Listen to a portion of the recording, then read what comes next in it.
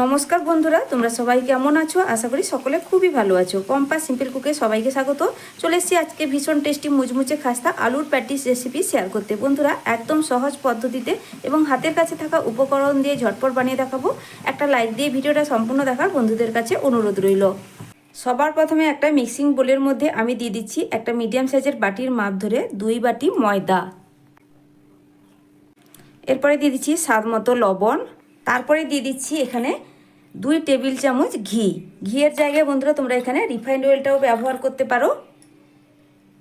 এবার হাত দিয়ে ভালো করে ঘিয়ের সঙ্গে কিন্তু ময়দাটাকে একটু মিশিয়ে নিতে হবে। একটু সময় নিয়ে এটাকে কিন্তু একটু ঘষে ঘষে মেখে নিতে হবে।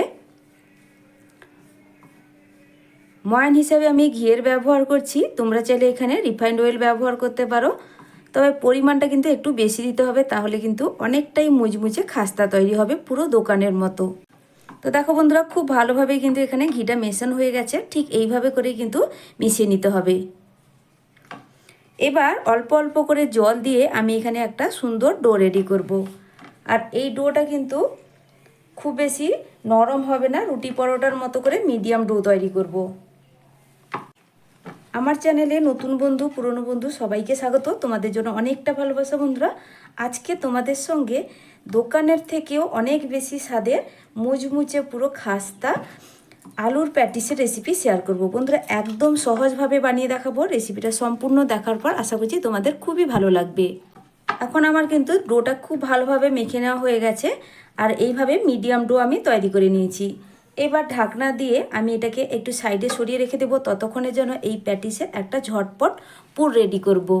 তবে বন্ধুরা, পুরটা বানিয়ে নেওয়ার আগে আমি এখানে আরও একটা কাজ আগে থেকে রেডি করে রাখবো।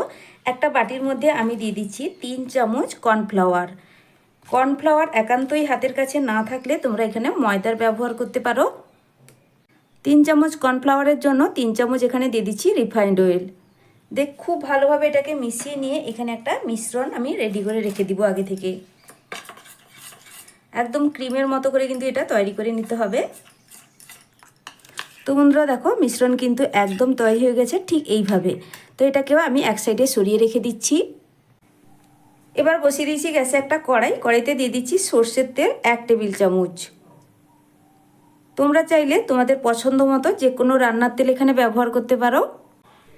এবার তেলের মধ্যে দিয়ে দিচ্ছি কিছুটা পরিমাণ কাঁচা চিনেবাদাম। প্রথমে চিনেবাদামটাকে গ্যাসের ফ্লেমটা লোতে রেখে একটু নাড়াচাড়া করে ভেজে নেব। বাদাম এখানে কিন্তু আমার কালার চেঞ্জ হয়ে গেছে দেখো। আর এগুলো কিন্তু এখন ভাজা হয়ে গেছে। এর থেকে বেশি ভাজতে গেলে আবার বাদামটা তেতো লাগবে, খেতে ভালো লাগবে না। এরপরে দিয়ে দিচ্ছি একটা মিডিয়াম সাইজের কুচনো পেঁয়াজ। পেঁয়াজটাকে একটু ভেজে নেব। এখন দিয়ে দিচ্ছি এখানে কয়েকটা কারি পাতা। কারি পাতা দিলে ভীষণ সুন্দর একটা ফ্লেভার হয়, যার কারণে প্যাটিসটা খেতে বন্ধুরা খুব ভালো লাগে। এখন পেঁয়াজটা ভাজা হয়ে গেছে। এরপরেই দিয়ে দিচ্ছি এখানে থেতো করে রাখা আদা রসুন, হাফ ইঞ্চি আদা আর এখানে 5-6 কোয়া মতো রসুন এখানে একসঙ্গেই থেতো করে নিয়েছিলাম। আদা রসুনটাকে একটু নাড়াচাড়া করে ভেজে নেব। আদা রসুন ভাজা হয়ে গেছে। এরপরে দিয়ে দিচ্ছি কয়েকটা গুঁড়ো মশলা। নিয়েছি হাফ চা চামচ ঝাল লঙ্কার গুঁড়ো, সামান্য একটু হলুদের গুঁড়ো, ভাজা জিরের গুঁড়ো আর এখানে নিয়েছি গরম মশলা হাফ চা চামচ। এরপরে দিয়ে দেবো এখানে 2টো মিডিয়াম সাইজের সেদ্ধ করা আলু, আর হাত দিয়ে হালকাভাবে একটু ম্যাশ করে রেখেছিলাম। দিয়ে দিচ্ছি স্বাদ মতো লবণ আর দিয়ে দিচ্ছি হাফ চা চামচ চিনি। অল্প একটু চিনি দেওয়াতে এর টেস্ট কিন্তু বন্ধুরা অনেকটাই ভালো আসবে। খুব ভালো করে মশলার সঙ্গে আলুটাকে মিশিয়ে নেব। আর এই আলু পুর খুব কম সময়ের মধ্যে তৈরি হয়ে যায়। আর যারা একদম চিনি পছন্দ করো না, সেক্ষেত্রে তোমরা চিনিটা বাদ দিতে পারো। একদম তৈরি হয়ে গেছে আলুর পুরটা। এবার গ্যাসের ফ্লেম বন্ধ করে দিয়ে এটাকে একটা পাত্রের মধ্যে আমি এবার তুলে রাখছি। এরপরে আগে থেকে যে ডোটা ঢাকা দিয়ে রেখেছিলাম, ঢাকনা সরিয়ে নিলাম। এরপরে এখান থেকে লেচি কেটে নিতে হবে। তবে লেচি কেটে নেওয়ার আগে হাত দিয়ে ভালো করে একটু ঠেসে নিলাম, দিয়ে এখানে মিডিয়াম সাইজ করে লেচিগুলো তৈরি করে নেব। ঠিক এইভাবে করে আমি এখানে প্রায় 8টা মতো লেচি তৈরি করে নেব সমান সাইজ করে। দেখো বন্ধুরা, এখানে কিন্তু এখানে আমার 8টা লেচি কেটে নেওয়া হয়ে গেছে। আর হাতের সাহায্যে একটু গোল পাকিয়ে নিচ্ছি, যাতে এগুলো কিন্তু খুব সুন্দর করে বেলা হয়। তারপর একটা লেচি কিচেন স্ল্যাবের উপর নিয়ে নিলাম, আর সামান্য একটু ময়দার গুঁড়ো ছড়িয়ে এটাকে কিন্তু বেলে নিতে হবে। একদম পাতলা করে কিন্তু এগুলোকে বেলতে হবে। যতটা সুন্দর বন্ধুরা এই রুটিগুলো বেলা হবে ততটাই কিন্তু প্যাটিসগুলো মুচমুচে খাস্তা হবে আর খেতেও ভালো লাগবে। দেখো বন্ধুরা, ঠিক এইভাবে আমি পাতলা করে রুটিটা বেলে নিয়েছি। আর এক একটা করে রুটি একটা প্লেটের উপর রেখে দেবো, আর সামান্য একটু করে কিন্তু ময়দার গুঁড়ি ছড়িয়ে দেবো। ছড়িয়ে দিলে কি হবে, প্রত্যেকটা রুটি কিন্তু আলাদা আলাদা করে থাকবে, একটাও রুটি অন্যের গায়ে কিন্তু লেগে যাবে না। তো প্রত্যেকটা রুটি একইভাবে বেলে নিয়ে ফিরে আসছি। তো বন্ধুরা দেখো, সব শেষ রুটিটাও বেলে নিয়েছি। এখন এই রুটিটাকে কিন্তু আমি আর তুলে নেব না, এরপরেই কিন্তু আমি একে একে বাকি রুটিগুলো সাজিয়ে নেব। তার আগে থেকে যে আমি এই মিশ্রণটা তৈরি করে রেখেছিলাম, কর্নফ্লাওয়ার আর তেলের মিশ্রণ, এটা কিন্তু এবার অল্প অল্প করে দিয়ে ভালো করে চারদিকে সমানভাবে ছড়িয়ে দিতে হবে, যাতে কোনো অংশ বাদ না থাকে। এই মিশ্রণটাই এই প্যাটিসের মধ্যে লেয়ার আনতে সাহায্য করবে, আর লেয়ার যত পড়বে ততটাই কিন্তু প্যাটিসগুলো খেতে ভালো লাগবে। একটা রুটির উপর খুব ভালোভাবে মিশ্রণটা লাগিয়ে নিয়েছি। তারপর প্রত্যেকটা রুটি আমি এক একটা করে এইভাবে দিয়ে দেব, আর কিন্তু ওপর থেকে এইভাবে মিশ্রণটা ছড়িয়ে দিতে হবে। আর রুটিগুলো একটু কিন্তু সমান করে দেওয়ার চেষ্টা করতে হবে, যাতে সমানভাবে রুটিগুলো সাজানো থাকে। আবারও দিয়ে দিচ্ছি কিছুটা পরিমাণ মিশ্রণ। এইভাবে পরপর 8টা রুটি কিন্তু এইভাবে দিয়ে দেব, আর উপর থেকে মিশ্রণটা ছড়িয়ে চারদিকে লাগিয়ে নেব।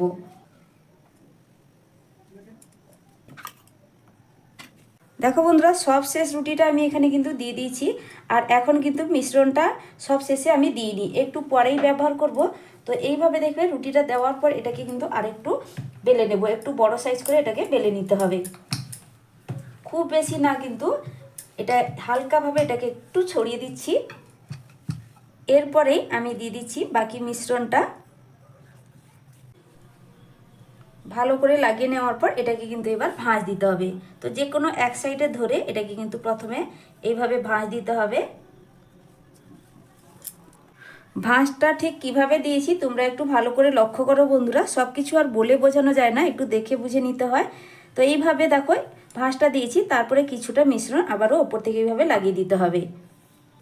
তারপরে দেখো বন্ধুরা, আবারও কিন্তু উল্টো সাইডে ধরে এর ওপরেই কিন্তু আবারও ভাঁজটা দিয়ে দিব। আবারও দিয়ে দিচ্ছি কিছুটা মিশ্রণ। এবার দেখো বন্ধুরা, ঠিক আমি কিভাবে ভাঁজটা দিয়ে দিচ্ছি, যে কোনো এক সাইডে ধরে এভাবে একটু বড় করে এটাকে ভাঁজ দিয়ে দিচ্ছি। এইভাবে উপর থেকে আরও কিছুটা মিশ্রণ লাগিয়ে দিলাম, মানে প্রত্যেকটা ভাঁজে কিন্তু এইভাবে মিশ্রণটা অল্প করে লাগিয়ে দিতে হবে। এবার এটাকে কিন্তু আমি বড় করে বেলে নেব, ঠিক এইভাবে চৌকো শেপ রেখে। দেখো বন্ধুরা, বড় করে এইভাবে কিন্তু আমি বেলে নিয়েছি। আর এটা খুব বেশি কিন্তু পাতলা হবে না, একটু মোটা রেখে এটাকে বেলতে হবে, ঠিক এইভাবে করে। এবার ছুরি দিয়ে সাইডটা একটু কেটে নেব।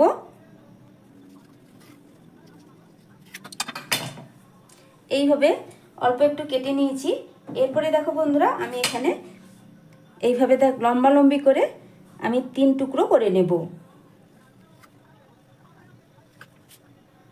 এবার আড়াআড়িভাবেও আমি ঠিক এইভাবে করে কেটে নিচ্ছি। তারপরে দেখো বন্ধুরা, আলুর যে পুর রেডি করে রেখেছিলাম, এবার কিছুটা করে আমি কিন্তু প্রত্যেকটা টুকরোর মাঝখান বরাবর এইভাবে দিয়ে দিব। দেখো বন্ধুরা, সবগুলোর মধ্যেই কিন্তু আমি আলুর পুরটা দিয়ে দিচ্ছি। এবার ঝটপট তোমাদেরকে আমি বানিয়ে দেখিয়ে দিচ্ছি। এইভাবে কিন্তু এক সাইডে ধরে কোণ বরাবর ধরে একটার উপরে কিন্তু আরেকটা এইভাবে হালকাভাবে চাপিয়ে দিতে হবে। আর সামান্য একটু কিন্তু এখানে জলটা লাগিয়ে দিতে হবে মুখের কাছে, যাতে ভাজার সময় খুলে না যায়।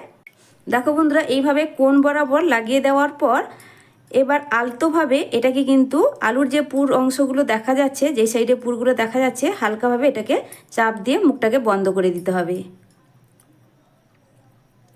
তো একটা কিন্তু এখানে আমার তৈরি হয়ে গেল। আবারও ঝটপট তোমাদের একটা দেখিয়ে দিচ্ছি, তবে এটা একটু আলাদা প্রসেস। দেখো বন্ধুরা, প্রথমে জল হাত করে একটু চারদিকে লাগিয়ে দিলাম, এবার কোণ বরাবর ধরে এইভাবে কিন্তু একটু ভাঁজ দিয়ে দিচ্ছি। তবে এই ভাঁজ দেওয়ার প্রসেসটা একটু আলাদা, তোমরা একটু ভালো করে লক্ষ্য করো, বুঝতে পারবে। দেখো বন্ধুরা, আর যেই দেখবে এই যে ভাঁজগুলো লেয়ারগুলো দেখা যাচ্ছে তাতে কিন্তু খুব বেশি চাপা যাবে না, সেটা বাদ রেখে এই মাঝখানের দিকে একটু করে এটাকে হাত দিয়ে চেপে দিচ্ছি। খুবই সহজভাবে এটা কিন্তু তৈরি হয়ে যায়। আর আলুর পুরটা একটু কিন্তু কম করে দিতে হবে। আমার এখানে আলুর পুরটা একটু বেশি হয়ে গেছে, আমি কিন্তু পরেরগুলো আলুর পুরটা একটু করে কমিয়ে নেব। তো দেখো বন্ধুরা, আমার কিন্তু আবারও একটা ঝটপট তৈরি হয়ে গেল। এইভাবে সবগুলো তৈরি করে নেব, তবে আলুর পুর একটু করে কমিয়ে দিচ্ছি। তো এইভাবে কিন্তু আমি সবগুলো তৈরি করে নিব। দেখো বন্ধুরা, আবারও কিন্তু একটা ঝটপট তৈরি হয়ে গেল। এবার প্যাটিসগুলো ভেজে নেব। তার জন্য গ্যাসে দেখো বন্ধুরা আগে থেকে কিছুটা তেল দিয়ে ফ্রাইং প্যানটা বসিয়ে রেখেছিলাম। তেলটা মিডিয়াম গরম হয়ে গেছে, খুব বেশি গরম থাকা অবস্থায়ও কিন্তু দেওয়া যাবে না তেলের মধ্যে। এবার একে একে প্যাটিসগুলো তেলের মধ্যে ছেড়ে দিচ্ছি।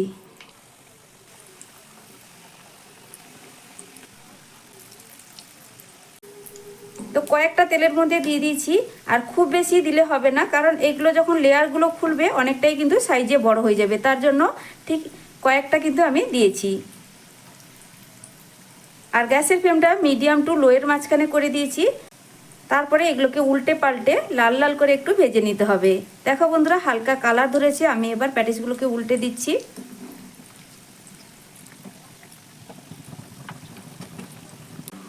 উল্টে পাল্টে সুন্দর একটা কালার করে প্যাটিসগুলো আমি ভেজে নিয়েছি। দেখো বন্ধুরা, প্রত্যেকটা লেয়ার বোঝা যাচ্ছে আর কতটা সাইজেও বড় হয়ে গেছে। তো এবার তেল ঝরিয়ে এগুলোকে তুলে নেব, এর থেকে ডিপ ফ্রাই করব না। খুব ভালো করেই কিন্তু তেলটা ঝরিয়ে নিতে হবে। গরম গরম আলুর প্যাটিস কিন্তু বন্ধুরা একদম রেডি। একটা প্লেটে সাজিয়ে নিয়েছি। টমেটো সসের সঙ্গে খেতে যে কী দুর্দান্ত লাগে, অবশ্যই বাড়িতে বানিয়ে খেয়ে দেখবে। তারপর আমাকে কমেন্ট করে জানাবে তোমাদের ঠিক কেমন লাগলো। তো আমার এই আজকে রেসিপি বানানোর পদ্ধতিটা তোমাদের কাছে কেমন লেগেছে কমেন্ট করে জানাবে, আর লাইক শেয়ার সাবস্ক্রাইব করে আমার পাশে থাকবে। তাহলে আজকের মতো আসছি বন্ধুরা, ফিরে আসবো নতুন এক রেসিপি নিয়ে। তোমরা সকলে ভালো থেকো, সুস্থ থেকো। আর এগুলো কতটা মুচমুচে খাস্তা আর অসংখ্য লেয়ারযুক্ত হয়েছে দেখে নিশ্চয়ই তোমরা বুঝতেই পারছো। আমি ভেঙেও দেখাচ্ছি।